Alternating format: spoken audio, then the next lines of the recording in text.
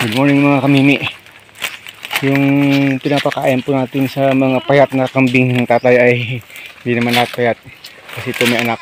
Ito po yung tinatawag sa amin na kahoy na tipulo. Tipulo 3 po yan.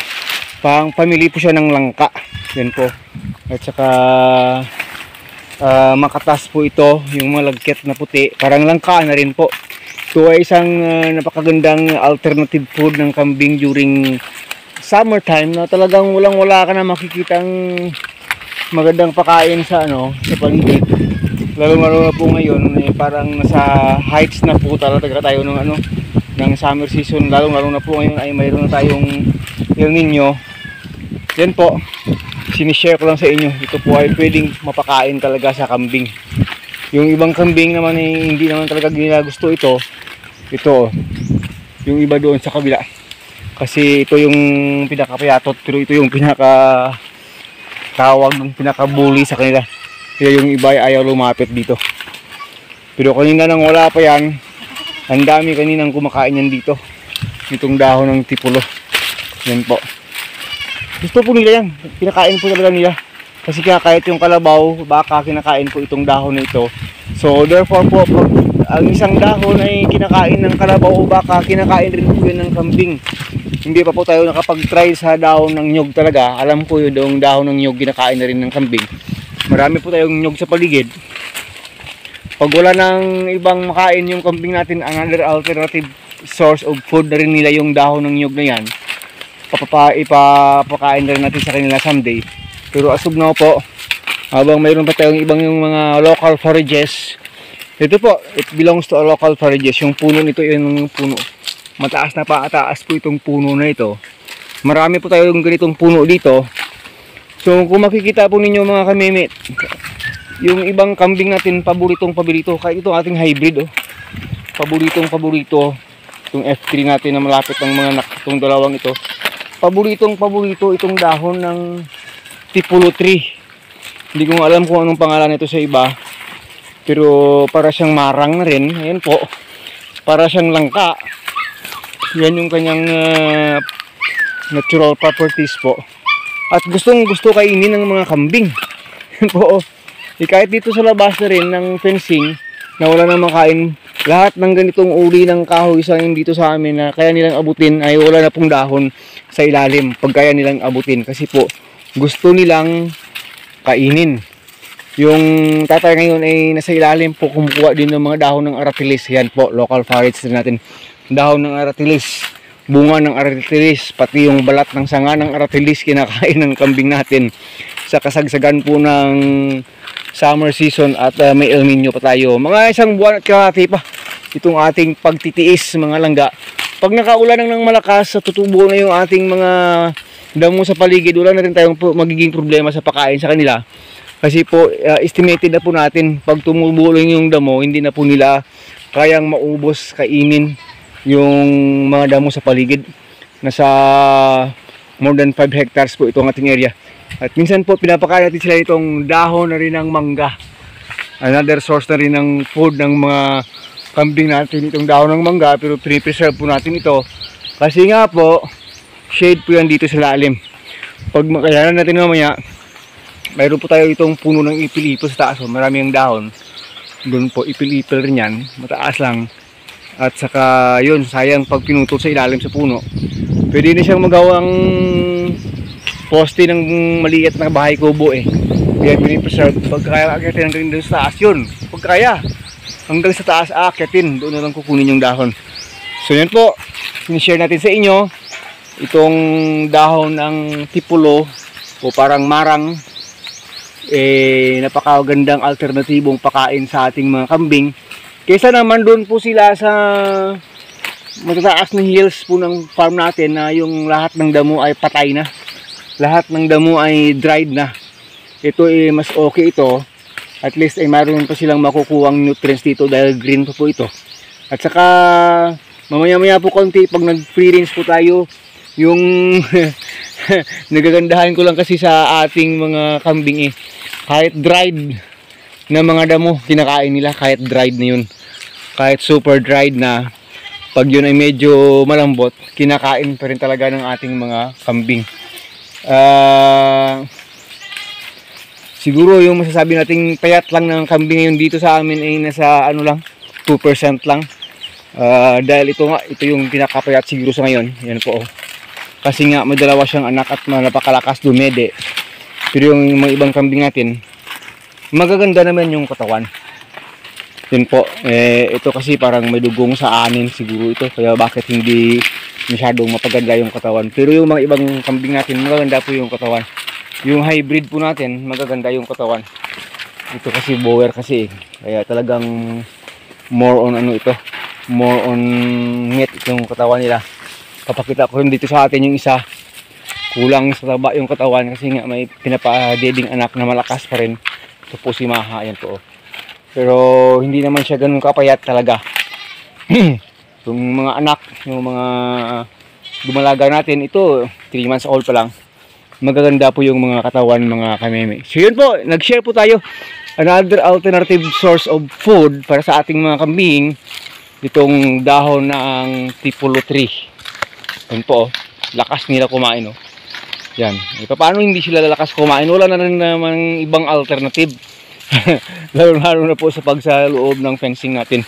Pero ito na po kasi yung na-prove natin kahit na hindi pa tayo nag-fencing dati na marami pa ring damo sa paligid, kinakain talaga nila itong dahon ng tipolo tree. Ayan, ayan. Pinapak na, lahat-lahat na yata pupunta na rin dito mamaya.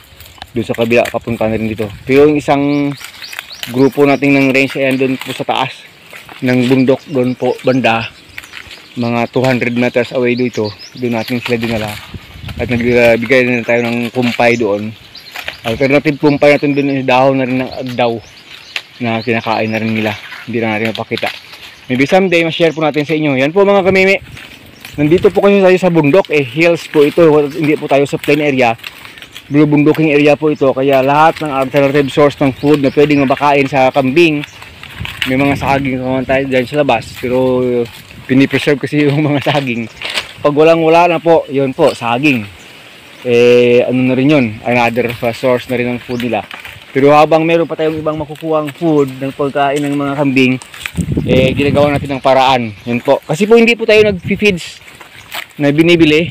Puro tayo sa ngayon currently, puro tayo local forages lang. At saka natural organic foods lang na makikita sa sa paligid. So siya happy to share to you na itong dahon ng tipolo ay isang napakagandang alternative source ng pakain sa ating mga kambing. Mabuhay ka magsasakang Pilipino. Until then, even here po, yan yung kumpay natin. Dahon rin ng tipolo dito na nasa loob ng ating cage. Yan. Ubusin na rin yan. Mamaya wala na rin yan. Kahit itong isang may sakit, mayroong pink eyes. Yan po, mayroon pa siyang pink eyes. Tawag doon. Ina-isolate po siya natin para hindi po makahawa sa ibang mga kambing. Malapit na po siyang maano na rin. Mahiyal na rin. Gusto na nga sana lumabas nito Yan po. Oh, kahit yung baby. Ayun yung kumpay mo. Kainin mo na kumpay mo. Ito yung kumpay na.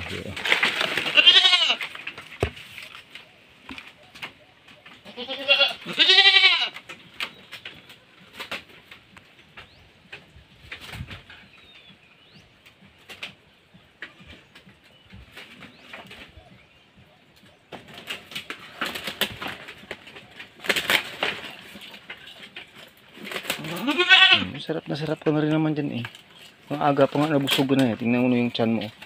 Busog na yan. May nakain na yan. Binigyan na ka na rin ng marami Nako.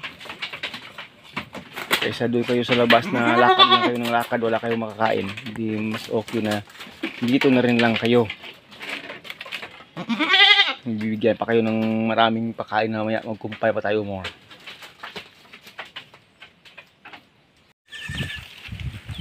Mahal niya go kamu ay mo kumuti. Wala mo sanda ka ng sagwa.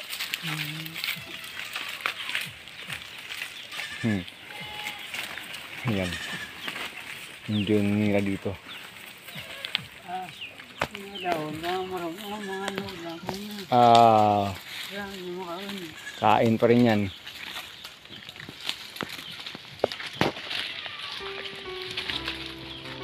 Yan po. Yan po, yan. Enjoy na enjoy sila.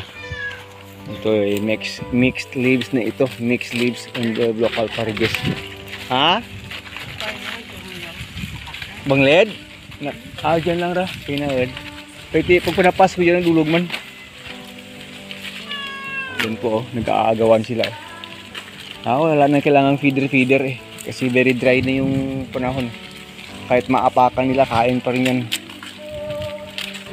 Pero pag rainy season ako, at saka masyadong kasi more on ito sila eh.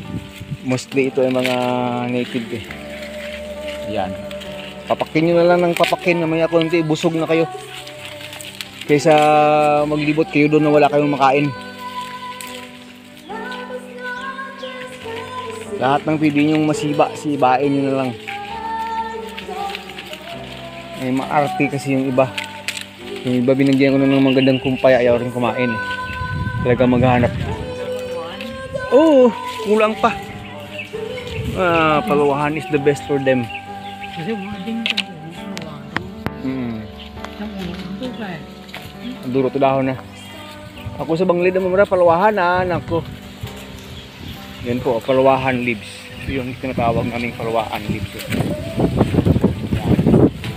Kinakain po nila yan.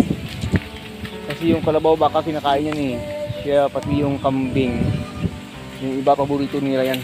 Ito parang pinahaya-hayaan lang ito.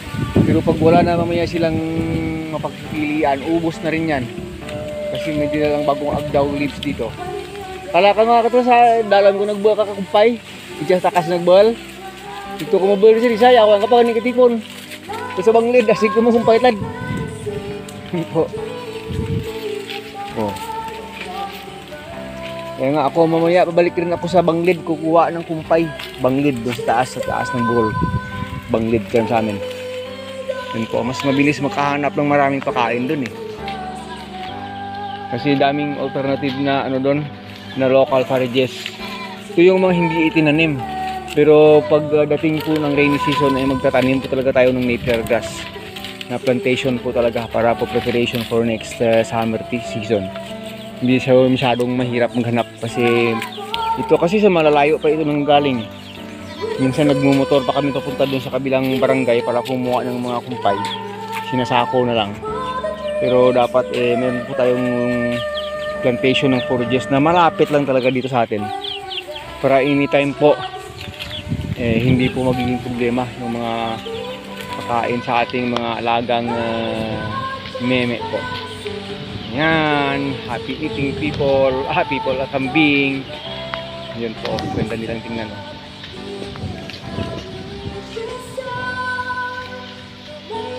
Walang suwagan.